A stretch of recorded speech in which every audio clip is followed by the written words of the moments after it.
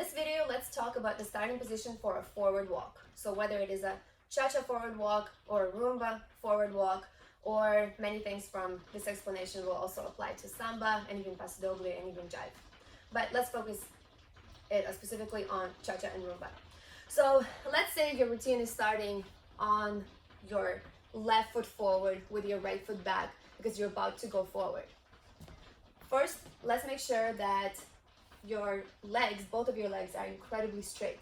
So straight that you're pushing on your knee strongly to straighten it on the front leg and pushing on it strongly to straighten it on your back leg as well. I've mentioned on my video on feet in Latin dance on this channel, you can check it out, that it's very important that you always have your heels pointed inwards and your toes turned out a little bit. The second incredibly important thing about your feet is that you're always pushing your weight onto the inside edges of your feet.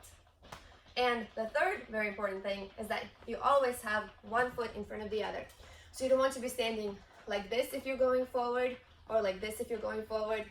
You want to have one foot in front of the other. Now, your front leg is going to be your standing leg, and your back leg is going to be your supporting leg. Your standing leg is going to have more weight than your supporting leg.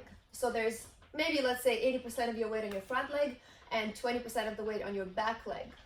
Now, what I like to do in a starting position is not start on the toes or the tips of my toes of my back leg, but instead to start on the ball of that foot. And I like to call this part the bone of the ball of the foot, so that bony part of the ball of the foot. Make sure you're pushing that part into the floor very, very strongly. And again, don't forget, you should be on inside edges of your feet. Remember that when you're doing everything technically, it will also help you with your balance. So if your position is very technical, then you're going to be balanced. Staying on inside edges of your feet is very important for that. So now, let's talk about your hips. This is probably my favorite part to talk about when I teach, and that's how the opposite hip and shoulders sort of work together to make you stronger and make the action look more beautiful. So you know that the hip of your supporting leg is twisted out, right? It's kind of pushing back and twisted out. And if you're having trouble twisting out that hip, then you may want to work on your flexibility a little bit to make this hip flexible so that you can push it back. Now, anytime you push this hip back, the opposite shoulder to that hip is going to push back into it. So it's almost as though there's an elastic band behind you, and it starts here and finishes over here, and it's like a strong elastic band, and they're pushing them together. So in the starting position, to recap, you're going to have feet turned out like this, one foot in front of the other, heels and toes out, one foot in front of the other, pushing on the inside edges of your feet, incredibly strong straight legs. Imagine somebody from behind you is pushing on the back of your knee, trying to bend it. Well, imagine yourself resisting that and not allowing them. Only then you will have these two strong legs that will really hold you and make you balanced.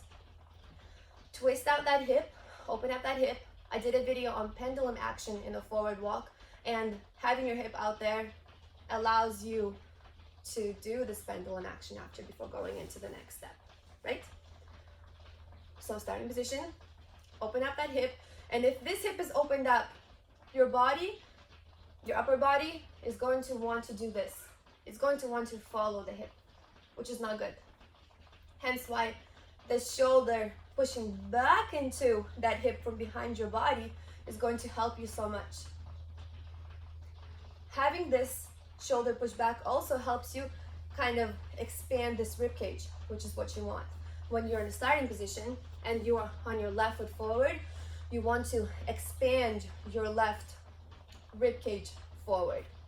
This creates a kind of more fuller, bigger action. And pushing that shoulder again back into that hip helps you create this. And of course, I always say that you want to have an incredibly long, straight, and beautiful spine. Take the back of your head and kind of push it back. So you're not just pushing it up, but you're also pushing it back. Your shoulders are always pressing into your body very strongly, so they're never raised. but pushing in. So starting position.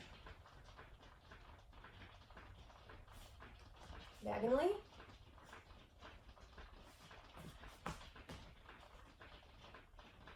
And of course, practice doing the same thing on the other leg as well. So right foot forward, left foot back, one foot in front of the other, inside edges of your feet, incredibly straight legs. Open up your left hip as far back as you can. Right shoulder pushing back into it, both shoulders pushing into your body, spine very, very long. And then once you are feeling strong and balanced, do this little exercise where you kind of rock back and forth from your front to your back. Make sure your core stays very strong, and that'll help you feel strong and feel that balance. And then once you're there, of course, you can do all of those things, but being on the toe. So highest possible toes of your feet. Still inside edge, so still kind of break that ankle inwards a little bit. There you go. If you enjoyed this video, please like it and subscribe.